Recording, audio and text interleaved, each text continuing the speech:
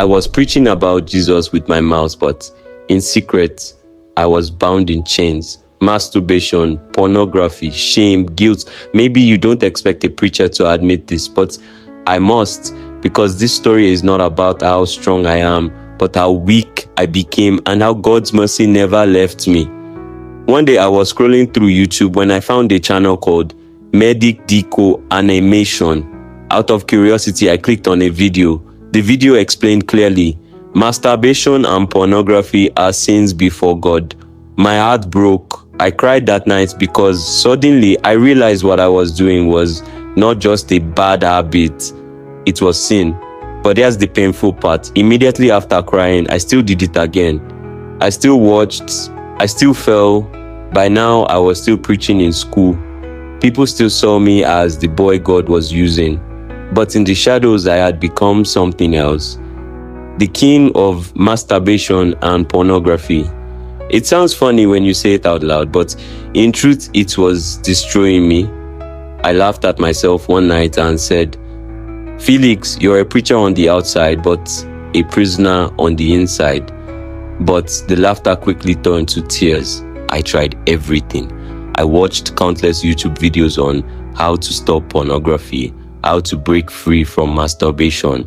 I prayed, I fasted, I cried, but nothing worked. Every time I thought I was free, temptation came back stronger. And every time I fell, the guilt hit me like a heavy rock. I felt dirty, broken, fake. The hardest part, standing before my classmates to preach. On the outside, I said, Jesus saves. On the inside, a voice whispered, you? Felix, you think you're a man of God? Look what you just did last night. Sometimes I wanted to drop the Bible right there and run out of class, but somehow God still gave me words, and even as I preached, people's hearts were touched. It made no sense. Why would God still use someone as filthy as me? That's when I learned something shocking. God's gifts and calling are without repentance. He doesn't take them away just because you're broken, but that doesn't mean he approves of your sin. No, the reason he still used me was not because he was happy with me. It was because he was showing me, Felix, my mercy is bigger than your sin. I have not given up on you. I still want you, even in your mess. And you know what's strange? Sometimes after falling into sin at night, I would wake up in the morning and my mom would say, Felix, don't forget to pray before you leave for school. I would smile awkwardly and reply, yes, mom. But in my heart, I thought, if only you knew the nonsense I did last night. It was a painful kind of humor, laughing on the outside, dying on the inside. My life felt like two people. Felix the preacher, respected, bold, anointed. Felix the prisoner, addicted, guilty, chained. And every night I cried, God, I want to be free. Why am I not changing? What is the secret behind this sin? But the more I searched YouTube, the more I failed. The more I promised God I would stop, the more I broke my promise. My life was broken. Friends, let me be real with you. Sin is not just about actions, it's about chains.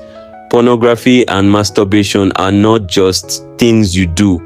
They are cages the enemy uses to trap your mind, your body, your spirit.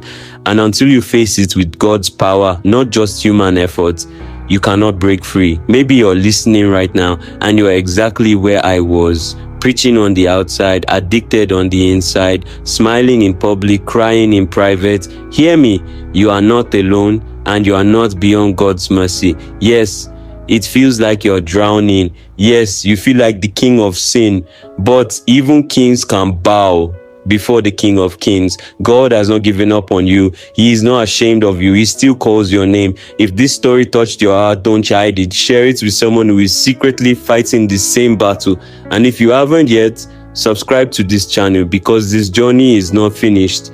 Episode 5 is coming soon. And in it, you will see how God began to pull me out of the deepest pit I had ever fallen into.